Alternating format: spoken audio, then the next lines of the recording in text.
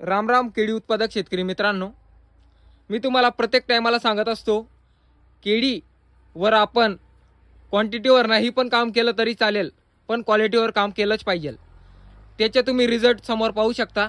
तर मित्रांनो, याचे हँड्स आपण 7च ठेवलेले आहे. तुमच्या समोर आहे 1 2 3 4 5 6 7 7च हँड्स ठेवले आहे मित्रांनो.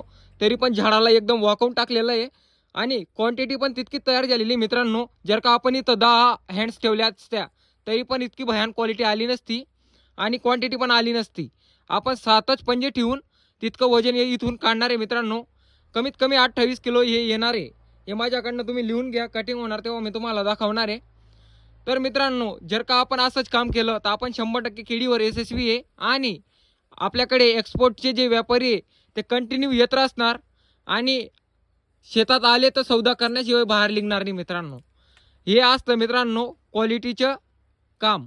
हे तुम्ही पाहू शकता तुमच्या समोर आहे. रेग्युलरली आपण याला खायला देत असतो. हे पाहू शकता तुम्ही, मॅग्नेशियम सल्फेट, पोटॅश, तिकडं पाहू शकता तुम्ही फॉस्फरिक ॲसिड आहे. हे आपल्या लहान बागेला चालू आहे. अशी क्वालिटी जर का आपण मेंटेन केली तर 100% आपण केळीमध्ये यशस्वी आहे. तर व्हिडिओ कसा वाटला कमेंटमध्ये नक्की सांगा. भेटूया नवीन व्हिडिओ. जय हिंद, जय किसान, जय भारत.